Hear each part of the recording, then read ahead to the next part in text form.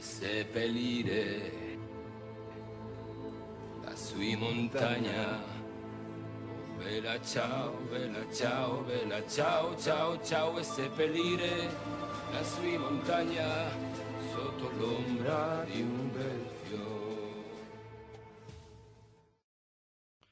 Et bonjour YouTube, j'espère que vous allez bien.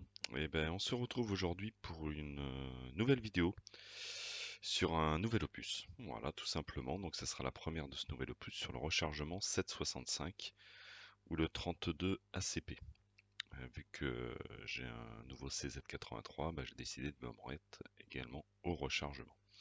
Donc, c'est le troisième. Hein, je vous rappelle, on a vu le 38 spécial Wattcutter, on a vu le 222 Remington. Donc je vais suivre la même chronologie. Hein, dans un premier temps, cette première vidéo donc, qui va présenter les vidéos à venir. Et en deuxième point, est-ce que ça vaut le coup ou pas de recharger le 765? Voilà, tout simplement la chronologie de cette vidéo. Alors concernant les vidéos qui viendront par la suite, je suis toujours pareil. Je veux que mes vidéos se ressemblent au niveau du rechargement. Je veux pas qu'il y ait de différence. Enfin, en tout cas pour l'instant, hein, on verra par la suite si je décide de faire un petit peu autrement. Donc la première vidéo concernera bien évidemment le désamorçage et le recalibrage. La deuxième, la logique, hein, c'est l'amorçage. La troisième, on verra la poudre. Et la quatrième, concernera la mise en place de l'ogive. Voilà, hein, pas de surprise, on va dire. Hein. Comme je vous ai dit, hein, je suis la chronologie des précédentes vidéos pour ceux qui ont vu les précédentes vidéos, bien évidemment. Alors c'est une munition qui, vous allez voir, coûte pas trop cher. Déjà, il y a très peu de poudre. Donc ça déjà, c'est pas négligeable du tout.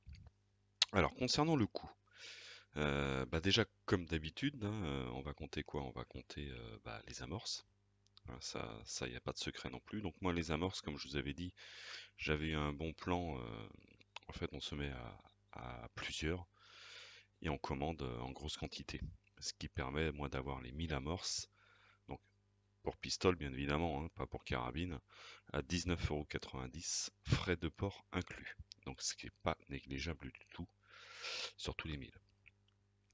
Ensuite, la poudre. Donc, la poudre, pareil, hein, je la commande là par contre sur internet.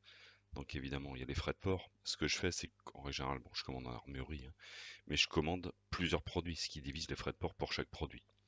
Hein, donc là, ça me fait 39,90 plus 4,30 €, étant donné que j'avais commandé plusieurs choses.